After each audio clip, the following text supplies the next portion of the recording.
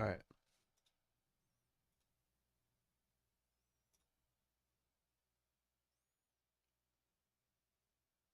On the morning of March 22nd, 2024, residents of Wasco, California woke up to a scene straight out of a nightmare.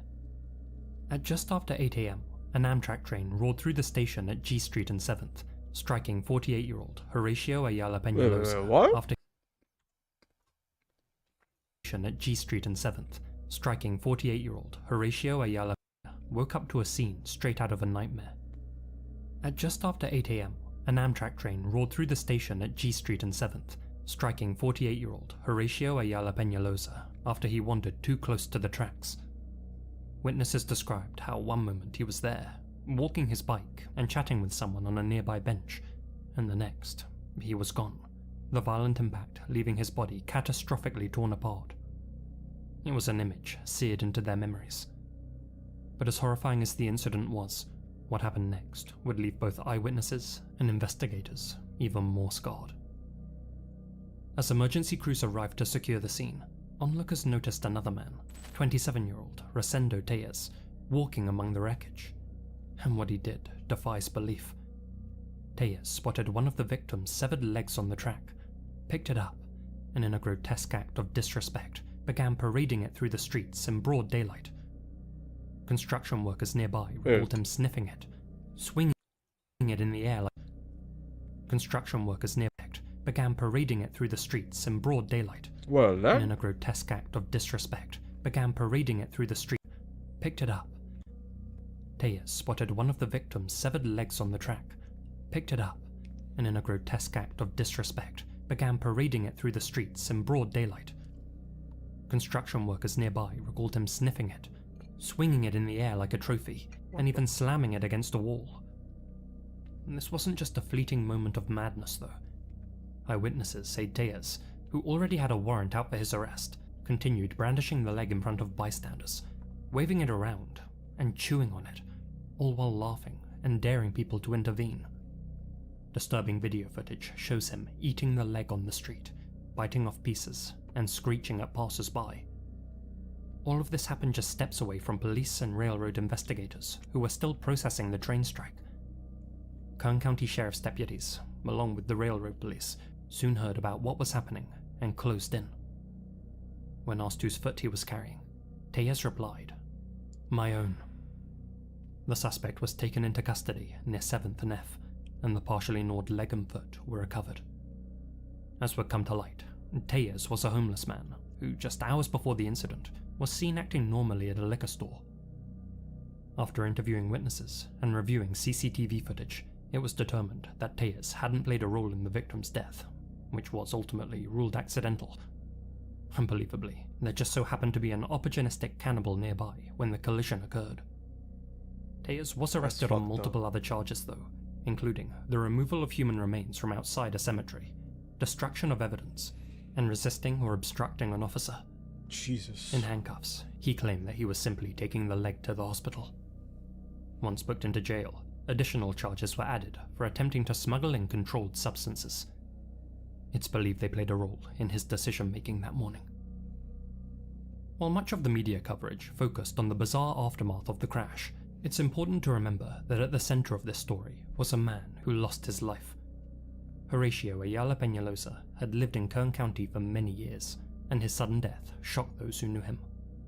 Friends and neighbors described him as a quiet, hard-working man who largely kept to himself, but was well liked in his community. In May 2024, just weeks after the incident, Tellez entered a no-contest plea. He was sentenced to 1 year in county jail, with credit for time already served and good behavior. He's already back on the streets as we speak. Man, I don't know what to say to that, bruh. Next, I want to talk about one of the most disturbing industries again: data brokers. This is the website of one of the biggest in the US, and they claim to be separate. For example, data brokers hate just grabbing your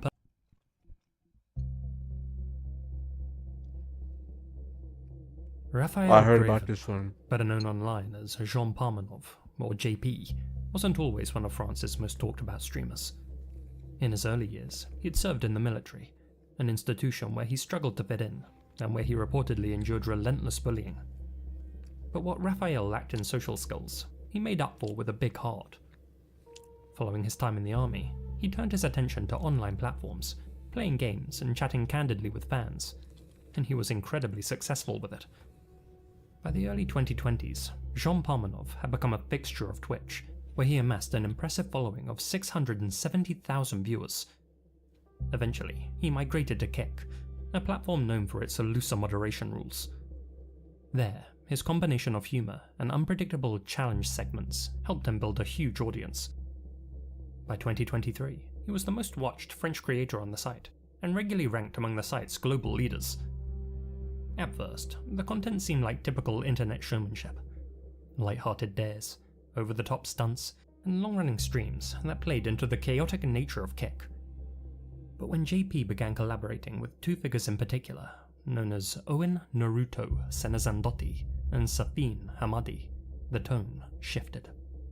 What began as edgy humor started to look more like harassment. On stream, Jean would be taunted, slapped, doused with liquids, shot with paintball guns at close range, subjected to shocks, and even throttled, with Naruto and Safin trying to set suffocation records.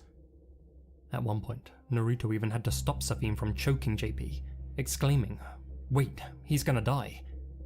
I'm not gonna show any of that footage here on YouTube, but trust me, it is very hard to sit through.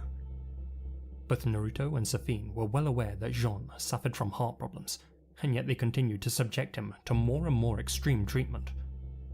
The attacks weren't just physical, they were also psychological, with Jean's intelligence, speech difficulties, and desire to marry and start a family being the subject of endless ridicule. They once made and sold merch featuring the face of Jean's sick father without telling him, and invited teenage subscribers into the studio to laugh at his discomfort. They even laughed when Jean found out live on stream that his dog had died. His torment and exhaustion became part of the spectacle, and the crueler it got, the bigger the audience grew. Viewers tuned in I didn't know it was this not bad. just to watch Jean play games, but to watch him be broken down on camera, I only heard that they make explode a in a dad on sudden stream, burst of but frustration, and then be put back in his place. Thousands laughed, cheered, and donated as the humiliation escalated over the course of months. What was framed as entertainment began to feel like a slow-motion train wreck, and through it all, Jean carried on streaming. According to reports, Naruto and Safin took over the channel, and the majority of the profits, leaving Jean financially dependent on them, while reminding him that without them, he'd wind up being homeless or worse. Whenever he tried to leave or refused to participate, they'd lock him out, steal his car, and harass his family. Though many assumed Jean was simply acting up for the camera, playing the part of the punching bag for views, others were concerned how real the torment appeared. In their minds, Jean was being manipulated. By his own admission, JP struggled to fit in. He was extremely lonely. He wanted friends, family, connection. In the minds of many, Naruto and Safin took advantage of that. So, when the journal Mediapart wrote an article about the situation and got the police involved, Jean protected them, telling detectives that all the violence was staged to create buzz. Yet despite his words, evidence suggests that he was more of a hostage than a willing participant. As things escalated, Raphael, sent his mother a text, in which he wrote, "Hi Mum, how are you? Stuck for a bit in Naruto's death game. It's going too far. I feel like I'm kidnapped with their shitty concept. I'm fed up. I want to get out of here. The other guy wouldn't let me. He's keeping me locked in." By August 2025, the cycle had reached its peak. Jean & Co. launched an ultramarathon broadcast that stretched on for nearly 12 days. Viewers watched as he was beaten, forced to ingest toxic products, and constantly deprived of sleep. As days passed, he slurred words, struggled to keep moving, and was literally withering in front of everyone's eyes. And yet, the cameras kept rolling. His diminishing health was obvious to everyone, including those inside the room with him, with Naruto at one point stating, "Say on camera right now that if you die tomorrow in the middle of a live stream, it's because of your state of health and not because of us." Jean initially refused, but Naruto kept pushing. "We're in the middle of a live show. You get angry, start screaming, and go into cardiac arrest. People are gonna take it out on us when it's due to your 46 years of miserable life. This was clearly an attempt to absolve themselves of any responsibility when, not if, the worst happened. On August 18th, with the on-screen counters showing almost 300 hours of continuous broadcast and over €36,000 worth of donations, Jean began exhibiting breathing difficulties, and at one point asked to be taken to the hospital. His request was ignored. Later, he collapsed live on camera, and instead of help, his so-called friends kept streaming before going to bed in the same room. Those tuned in sent donations, urging the others to check on JP.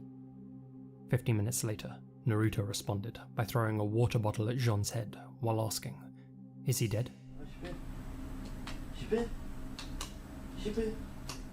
When he didn't react, they checked his vital signs. The atmosphere became tense, and the stream cut to black. Hours later, Naruto made an announcement on Instagram. "Unfortunately, JP has left us. I love you, my brother, and we will miss you terribly." He also urged viewers not to share clips of Jean's final moments out of respect, which many interpreted as damage control.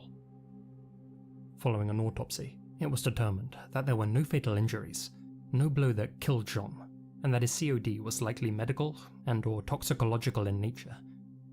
Yet despite having defenders, many believe that Naruto and Safin should still face criminal charges, They should. arguing that their treatment of Jean likely exacerbated his medical conditions. Indeed, he had repeatedly stated that he was feeling increasingly stressed doing the live streams, and near the end was constantly looking for ways out, yet the others kept finding ways to reel him back in. Others attributed the same blame to the thousands of people who tuned in day after day to laugh at Jean and financially contributed to his mistreatment.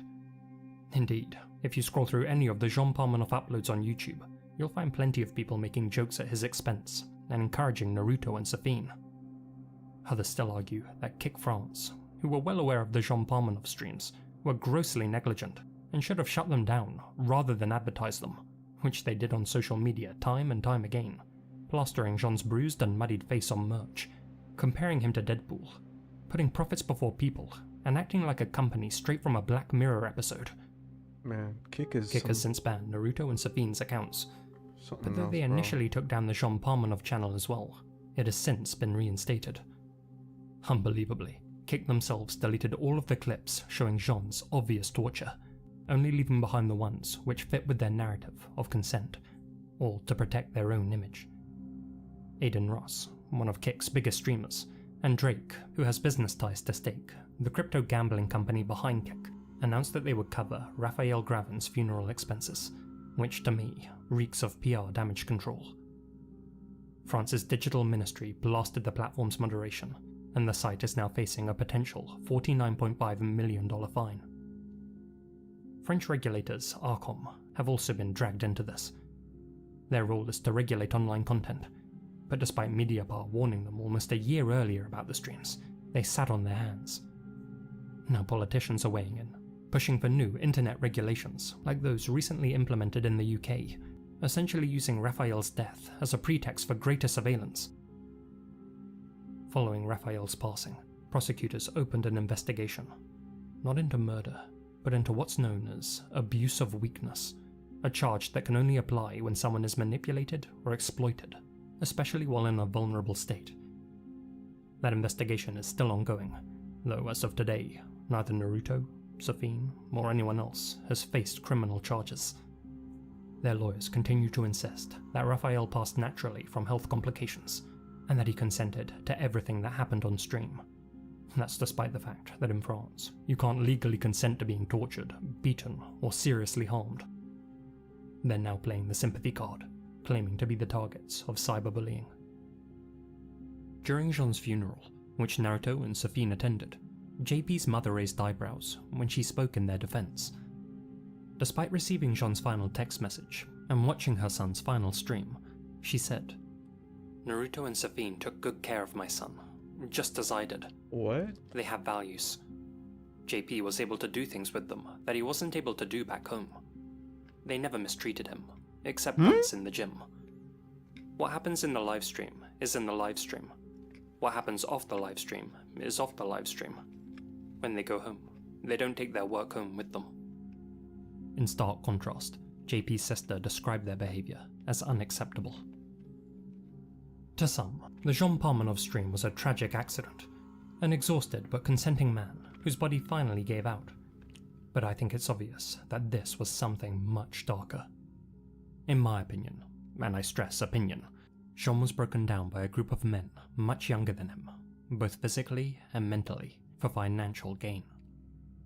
He was beaten as a teenager, harassed during his years in the army, and exploited on stream by people pretending to be his friends. As one YouTube comment on Charlie's coverage of this story put it, he was killed on the inside before his actual death. And worryingly, it's now looking like he'll be let down by the system, too.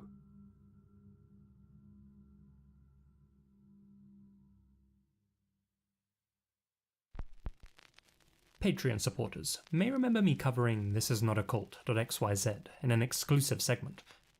Well, there's since been an update, so for those of you who missed it, here's a recap.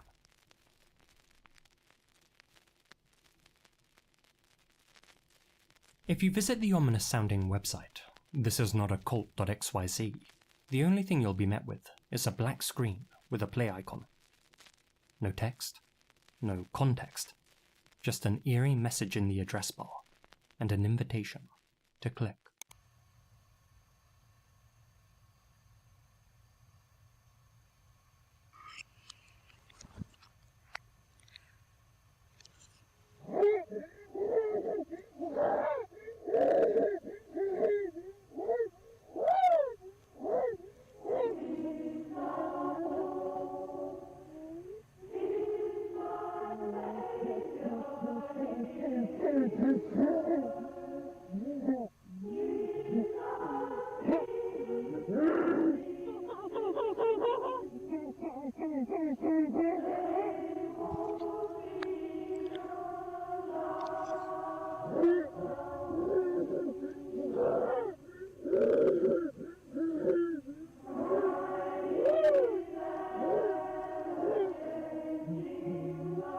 The fuck is this shit?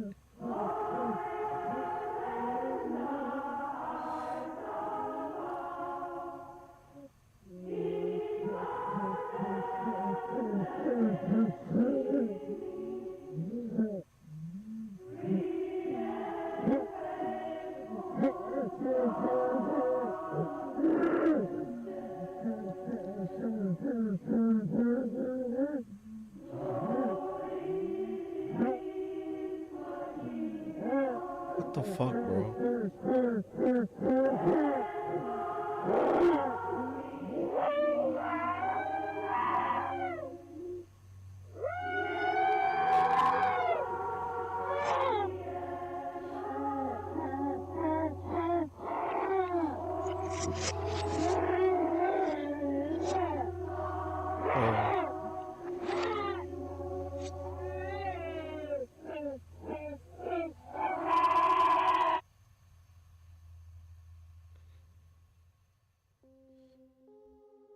The only thing hosted on this website is the dedicated video you've just seen, which has to be one of the more unsettling things I've watched in a while.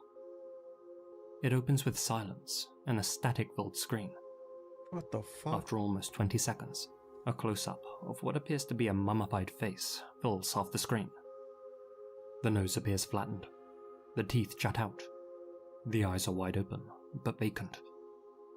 The figure doesn't blink, doesn't breathe, doesn't move at all, but the changing camera angle and lighting indicates that this isn't a still frame. It's a genuine video recording, made by someone standing over the figure. As for the audio, there are only 2 tracks, one a haunting gospel choir, and the other, which on first listen, sounds like a chimp grunting and screaming. But after looping it for a few times, you start to get the impression that something's off. So let's reverse the audio.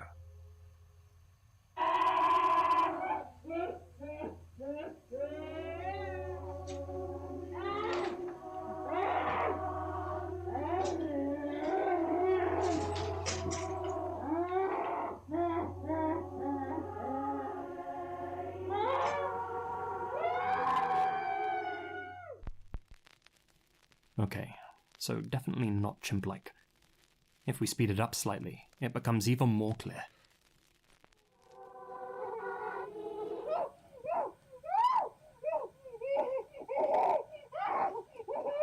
Jesus fucking Christ. That confirms, in my mind, that the grunts are indeed the cries of a human being, laid atop a piece of music. In between the screams are rattling clangs, as if being made by someone in a cage, and the distinct sound of someone fiddling with recording equipment. There's since been a concerted effort to identify the angelic piece of music that plays in the background, with hundreds of people scouring YouTube and Spotify in search of this hauntingly beautiful track, but thus far, nobody's been able to find it. After repeated listens, I think the lyrics begin with, "He's my Lord, He's my Saviour in this world, Prince of Peace."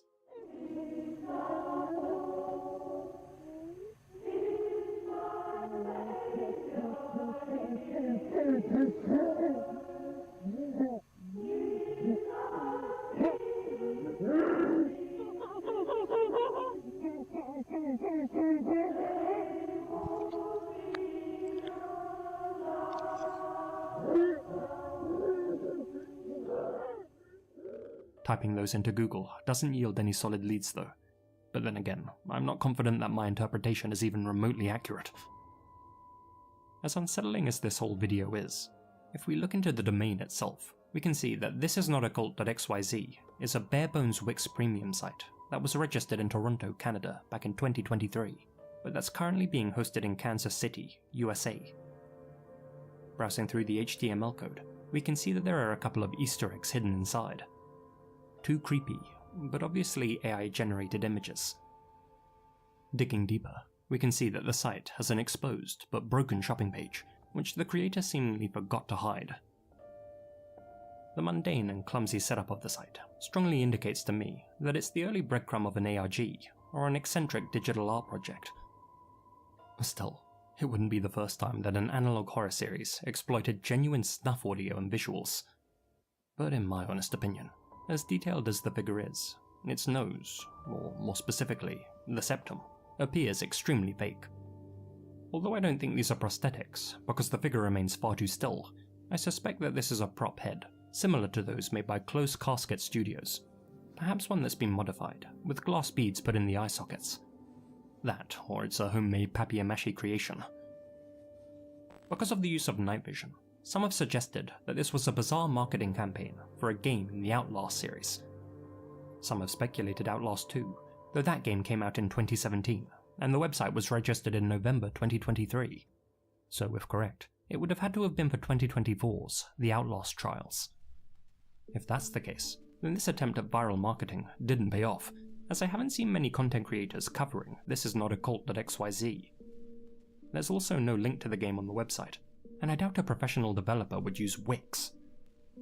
It's more likely that the grainy night vision aesthetic was used to simply mask the more unrealistic parts of the prop itself, and to make the visuals more spooky.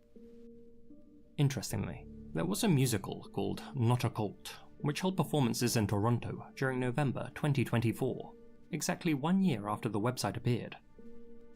Given that the site was registered in Toronto, it would be a huge coincidence if it weren't connected to the show.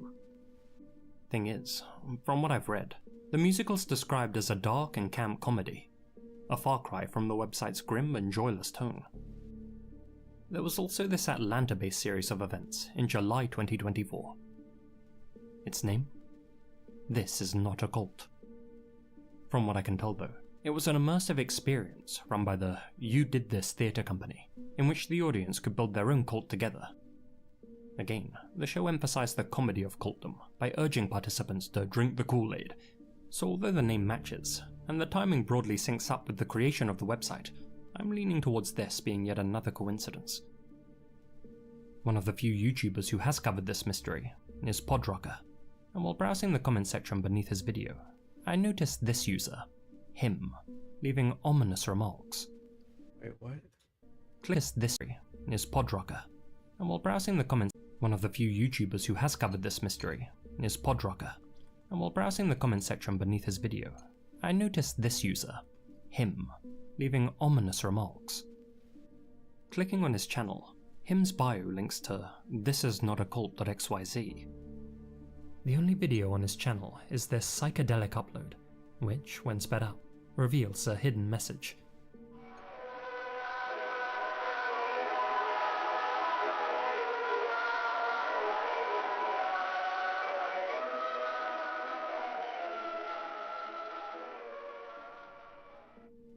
Following that discovery, more hidden elements of the site were unearthed. In June of this year, Mag2K made a post over on Reddit detailing how if you add /wefoundyou to the URL, a new page reveals itself, which seems to scroll on infinitely. The title of the page? 1H, 1M, 1S. Likely 1 hour, 1 minute, 1 second, but also him. Since covering this a few months back, the mystery of thisisnotaCult.xyz has been resolved. In a post over on the r/internet mysteries subreddit, user YarmFace00 explained, "I genuinely don't know if this is old news, since I'm not super active on this sub, and I don't know if this fully warrants the solved flair, since there may be more to it, but I thought I'd post about this in case no one else has." Tonight was a Scream Unseen showing at AMC Theatres, which just means that you get to see an early screening of an unreleased film for like $5, the only caveat being that you don't know what the movie is when you buy your ticket. Tonight's movie, spoiler alert, was Bring Her Back, the follow-up A24 film by the directors of Talk to Me. During the opening titles, a brief clip of a creepy, wriggling fetus creature with a grainy filter blade, ending with the text, thisisnotaCult.xyz, popping up on screen. I remember a lot of YouTubers talking about this website a few months ago, and I wasn't sure if any more progress had been made into figuring out its deal, but it looks like it was a piece of viral marketing for this movie. There are similar creepy VHS footage scenes in the film itself as well, and without spoiling too much, decomposing corpses are pretty central to the whole story. Well, that thankfully confirms that this isn't a real corpse, and that the website was indeed a marketing campaign. Not for the Outlast trials like I guessed, but for the horror movie Bring Her Back, directed by the Raka Raka Filippo brothers, who definitely have a substantial amount of ARG experience under their belts, having played a significant creative role in Ash vlogs. Indeed, eagle-eyed viewers noticed another URL hidden within the movie, which directed them to a Russian dark website, supposedly selling resurrection footage and evil blood, with a timer for users to make offers within. I'm personally pretty impressed by this marketing campaign. It's not only aesthetically disturbing, but extremely intricate, with hidden clues and iconography that are still being discovered. So though I don't typically cover ARGs on this channel, I thought I might make an exception for this one. Though I'd still like to know what that piece of choir music is.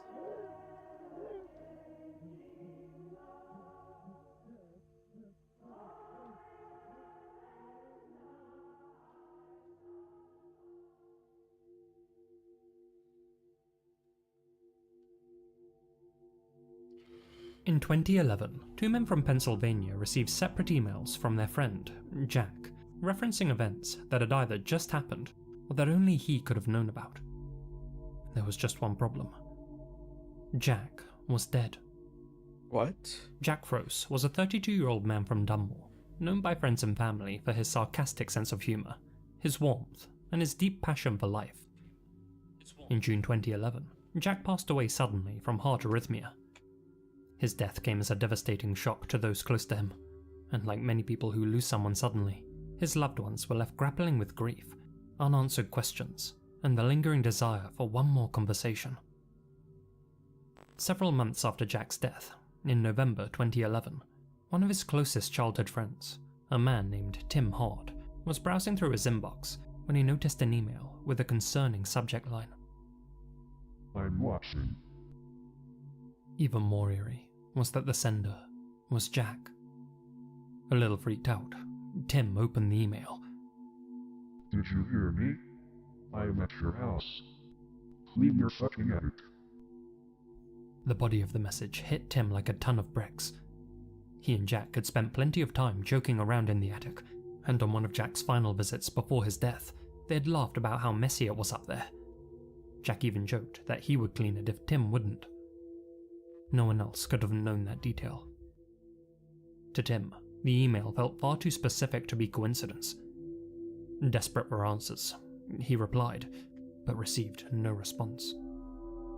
Soon after, Jack's cousin, Jimmy McGraw, also received a message from him while he was still deeply in mourning. Hey Jim, how you doing? I knew you were gonna break your ankle. Tried to warn you. Gotta be careful. Jimmy had indeed broken his ankle just a week before that message arrived, long after Jack had passed away, and the strange timing of the email made it all the more difficult to dismiss. Like many unexplained digital events, theories abound. Given his sense of humour, the most rational explanation is that Jack had written drafts or scheduled emails that only sent after his death. But Jack wasn't aware that he was about to die. His passing had been sudden and unexpected, and he wouldn't have had a reason to preemptively write the messages. Their specificity, with one referring to an event that occurred after he passed, seemed to rule this theory out. Another possibility is that someone hacked or gained access to Jack's emails and sent the messages as a cruel prank. However, Jack was tech-savvy, hadn't shared his password with anyone, and there was no evidence that someone had illicitly accessed his account. And even if they had, what would be the point of it? Certainly not infamy, as they never came forward and stopped sending the messages abruptly.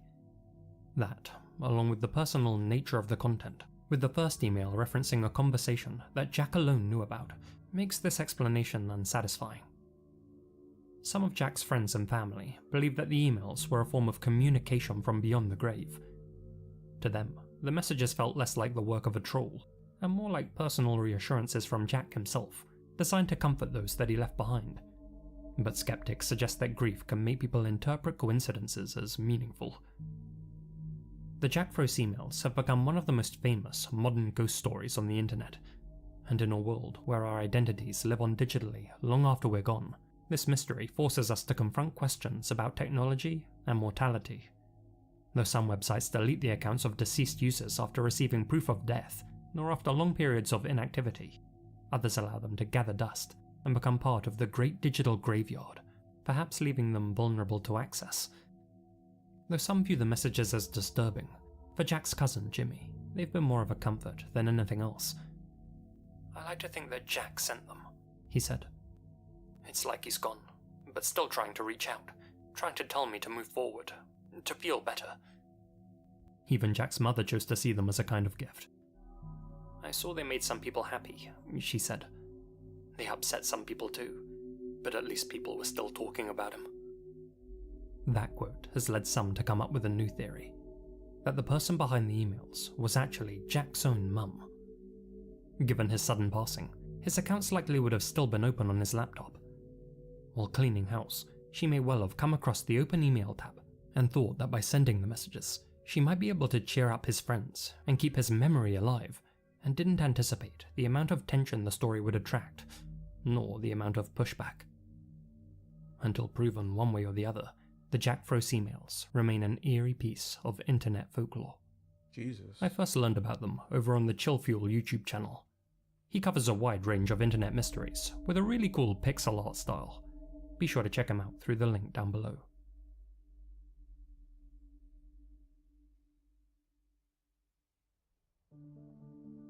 A huge thank you to my supporters here on YouTube and over on Patreon, especially my biggest supporters: Holly Lyons, Thomas Armand, Alana Pons. Okay. That was creepy. Next video. American scientist who was working as a professor of molecular biology. Suzanne Eaton was a 59-year-old American scientist who was working as a professor of molecular biology in Dresden, Germany. A big part of her job at this institute was to travel around the world and hold conferences on the latest developments in her field. In July of 2019, she traveled to the scenic Greek island of Crete for one of these conferences, not knowing that this was going to be her last, and that the person responsible for her end would be caught because of his videos on YouTube. The incident happened on July 2nd, when, after a conference, Suzanne spent time with her peers and played the public piano in the venue's lobby before saying her goodbyes and heading out to her hotel in the afternoon. Sadly, this was the last time anyone saw Suzanne alive. Her coworkers noticed her absence when she didn't show up for the second conference scheduled for 6 p.m. that evening. It wasn't like her to skip events out of the blue. Something wasn't right. A fact that became increasingly clear when over 24 hours passed without anyone hearing from her. So, on July 3rd, her colleagues called the police to check on her, hoping she was simply sick or something similar. However, when officers arrived at her hotel room, no one answered the door. They acquired a spare key from the hotel management and went inside, only to find the room completely empty and undisturbed. All of Suzanne's belongings were also still in the room. The only things missing were her running shoes and a set of exercise clothes. Those who knew her immediately understood what this meant. You see, in addition to her academic prowess and piano expertise, Suzanne was also an athlete at heart. She was a double black belt in Taekwondo, and despite her age, loved going on a run every day. Knowing this helped investigators narrow down what might have happened to her. Put simply, she likely went on a run soon after returning to her hotel on July 2nd, and something went wrong after that. She wasn't super familiar with the area, and to make matters worse, the weather was uncomfortably hot that afternoon. There was a strong possibility she collapsed from the heat or something else along those lines. After putting this together, the Crete police immediately dispatched a search and rescue team in the area surrounding her hotel and around popular running trails. Her family even traveled to Crete and put a €50,000 reward for anyone who could help find Suzanne. Unfortunately, Suzanne was nowhere to be found. That is until 5 days later, on July 8th, when two young men were exploring one of the abandoned World War II Nazi bunkers scattered across Crete. Around 200 meters in, one of them noticed a piece of burlap covering something on the ground. They picked it up from one end to see what was underneath, and what they found was the aftermath of one of the most horrific crimes in Crete's recent history. The burlap was covering the bloody remains of Suzanne Eaton. A later autopsy report discovered that Suzanne had several broken ribs, multiple fractures throughout her body, a missing ear, and much, much more. Jesus. Whatever happened to her certainly was not an accident. The investigators began searching for clues, and fortunately it didn't take long for them to make their first major breakthrough: a set of car tire tracks leading up to the entrance of the bunker. Analyzing these tracks allowed investigators to find the car responsible for transporting Suzanne's remains to that bunker. It belonged to 27-year-old Yanis Paraskakis, a local sheep farmer. But when questioned, Yanis feigned ignorance and claimed that him driving through that area on that day was nothing more than a coincidence. He went as far as to say that he didn't even know about the existence of that bunker, a lie that would eventually lead to his arrest. You see, Yanis had a dream to become a successful YouTuber. He started a channel with his own name in 2012 and began posting videos. However, if you go to his channel today, all you'll find are 3 videos of him performing an ancient Chinese martial art and meditation technique called Qigong. That's because a couple days before Suzanne's body was discovered, Yanis deleted every other video on his channel. And once authorities recovered some of these deleted videos, it became clear why. You see, most of these deleted videos involved Yanis exploring abandoned World War II bunkers, including the one where Suzanne's remains were discovered. This contradiction gave the authorities the go-ahead to formally arrest him on July 15. It also allowed them to investigate him further, and the evidence they discovered was overwhelming. As it turned out, the land where this bunker was located was owned by Yanis's family. Investigators also found traces of Suzanne's blood in his car's trunk. When confronted with this evidence, Yanis cracked and told the whole story. According to him, he saw Suzanne running down the road and something came over him. He hit her with his car twice before putting her in his car, driving to the bunker, and ending her life there. He later changed his story to where he was compelled to commit this crime by a demon. Unfortunately for him, the jury didn't buy this one bit and sentenced him to life in prison without the possibility of parole in 2020. Now, this should have been the end of Yanis' story, but from what I've seen, there's more to his actions than just this one crime he was convicted of. The thing is, Yanis presented his vile act as a crime of opportunity, something he did completely out of nowhere. However, there's evidence to suggest that Yanis might be a full-blown serial killer. For instance, he was apparently detained by the police twice before, once for arson and once for animal cruelty, both of which are well-known early behaviors of serial killers. After his arrest, several other women also came forward, testifying that he had tried to run them over with his car as well in the past. So, Suzanne was more than likely not his first victim. However, the most solid evidence against Yanis is in one of the deleted videos he uploaded to YouTube. In it, we can see him showing some very human-looking bones scattered throughout the same bunker Suzanne was discovered in.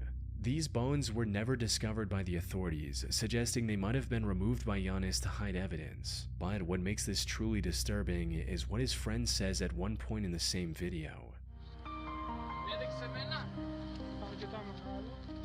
This roughly translates into, "Is this where you left that old guy?"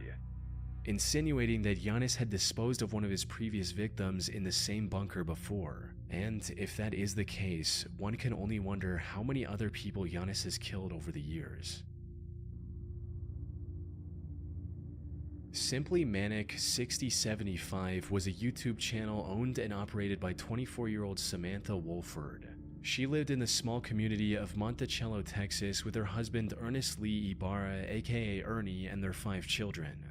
She usually made videos about her day-to-day life and other random topics. Her story began in 2008 when she was at the lowest point of her life. She'd recently become the single mother of a pair of twins and had no love interest in her life. That's when she met Ernie at a local tattoo shop, and the two hit it off right from the get-go, eventually getting in a relationship and starting a family together. In one of her videos, Samantha described the day she met Ernie as the happiest day of her life. Together, they were blessed with 3 more children, including 1 more pair of twins. Raising 5 kids was a challenge, but Ernie made it work by taking a second job in pizza delivery.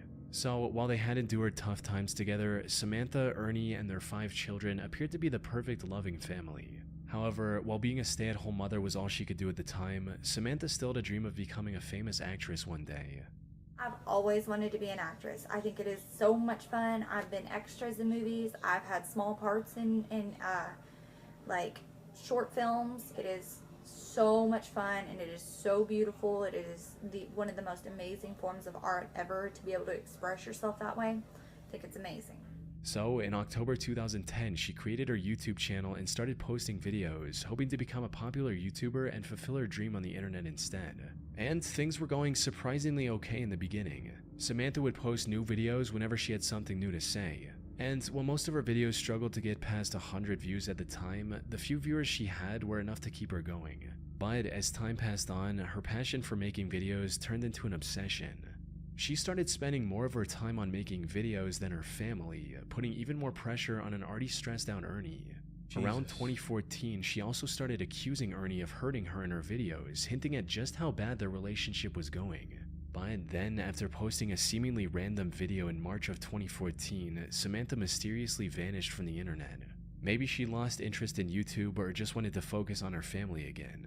No one knew exactly why she quit so abruptly. Then, on the 20th of February 2015, viewers finally received the update they were waiting for. Unfortunately, it was far more tragic than anyone could have imagined. It started with the Texas police receiving a call from one of Samantha's aunts asking them to save her niece's life. Cause County 911, what's your emergency? I have a home invasion. My niece is tied up. I am at the verge of untying my niece at this particular moment. Okay, she's tied up. She is tied up and gagged. And gagged? Is that what Yes, you said? ma'am. Is there anybody else there? Where are the kids? We have 5 small infants asleep. Apparently, 3 masked men broke into their home in the middle of the night and attacked the couple while they were asleep. The intruders then tied Samantha in her bedroom and after hitting him with a gun a few times, kidnapped Ernie. Samantha somehow managed to get her ties loose enough to call her aunt, who then contacted the police after arriving at Samantha's home herself. By the time officers arrived, Samantha's aunt had set her free from the restraints. The kids were fortunately safe as well. However, what made this whole situation strange was that the intruders didn't take anything else from their home besides Ernie. And from the people who knew him personally, Ernie wasn't the type of guy to make enemies with dangerous people. Put simply, investigators sensed something fishy with the whole situation. But all that paled in comparison to the main objective, which was to save Ernie as soon as possible. Unfortunately, Samantha didn't know anything that could give investigators their first clue. With no other option, the officers took Samantha to the station for further questioning, hoping to extract any useful information. She probably hired them. But what to do none that. of them expected was that Samantha would change up her story completely after entering the interrogation room. Where before she didn't know anything about the assailants, now she had the name of a potential suspect, John Rebel. As Samantha's story goes, she was talking to her friend about Ernie's supposed attacks on Samantha, when suddenly a man with the pseudonym John Rebel overheard their conversation and started talking about how a man shouldn't treat a woman that way and that he was going to handle the situation. Well, as it turned out, the name John Rebel actually belonged to someone, a man named Jonathan Sanford. The police found and arrested John not long after Samantha gave out his name, right alongside his two accomplices, Jose Ponce and Octavius Rhymes. Surprisingly, Octavius. Jonathan put up little to no resistance Fucking and immediately Negro. confessed to kidnapping Ernie. He also confirmed the worst possible outcome, that by the time the police got involved, Ernie was already dead. The three took him to a secluded forest and executed him with one shot to the back of his head. However, even after learning all this, one question remained. How did Why? she know? Why Why- would why? three men who didn't even know Ernie kidnap him from his home like that? Every answer to this question pointed back to Samantha, who kept denying any involvement. Even if the investigators ignored her suddenly remembering the perpetrator's name, there were several other suspicious aspects to her story. Like, how was she able to untie herself enough to call her aunt? Why didn't any of her neighbors hear the break-in? And why were the kids all sleeping in the same room, when usually they're scattered throughout the house? It wasn't long before investigators uncovered undeniable evidence of her direct involvement. This included instruction messages she sent to Octavius when the officers were trying to call Ernie's phone, which he had on him. These read, "Kill his phone, shut that down, ditch phone, move." There was no doubt about it at this point. Samantha was in colluding with her husband's killers. And as the investigation went on, the real story came out as well. Samantha had apparently become addicted to the idea of becoming a famous YouTuber, and her neglect of the kids became a constant source of fighting between the couple. My But God. instead of resolving the issue like a responsible adult, Samantha colluded with her friend's boyfriend to hatch a cartoonishly evil scheme to get rid of Ernie. They first wanted to plant hard drugs in his car and get him arrested, but later made the heartless decision that taking his life would be much easier. There's also a chance that Samantha went with the murder plan because it would have brought her more attention on YouTube. She was eventually sentenced to 149 years in prison for killing her own husband, leaving her 5 children completely orphaned in the process. Jesus Christ. Diana Lovejoy was a successful technical writer living in the town of Carlsbad, California with her husband Greg Mulvihill. However, while her corporate job paid the bills, Diana's true passion was becoming a triathlon athlete and documenting her journey on video, resulting in her eventually starting her own fitness blog called Lovejoy Fitness and a YouTube channel by the name of Heavy DJ. She started this channel all the way back in 2008 and over the years used it to document various parts of her life, from meeting her parents after a long time to going scuba diving with her husband. At one point, she even tried to become a cooking show host of sorts. Isn't that so nice? Unfortunately, her channel never really took off, forcing her to eventually cut her losses and move on with her life in March of 2012. Or at least that's what it looked like from the outside. In reality, Diana's reason for abandoning her YouTube channel was kind of wholesome. You see, Diana and Greg had been trying for a baby for years by this point. Tragically, Diana had suffered 8 different miscarriages and was quickly losing hope. But then, in September of 2012, the two were blessed with a perfectly healthy baby boy, marking an end to their struggle. However, what should have been a moment of celebration started a downward spiral of lies and betrayals, eventually culminating in an assassination attempt. Things started going downhill when just a few months after the birth of their son, Greg lost his job, leaving Diana as the sole breadwinner. The stress of the previous miscarriages, combined with the crushing weight of having to support a family in an extremely expensive city all on her own, spelled disaster for their marriage. It wasn't long before the two were constantly fighting with each other. Things escalated even further on July 9, 2014, when Greg returned home only to see a police officer waiting for him at the door. The officer explained that Greg wasn't allowed to enter his own home because, as it turned out, Diana had accused him of attacking both her Bro, why do I gotta restart my fucking internet. I was about to go anyways, bro. I'll see y'all later.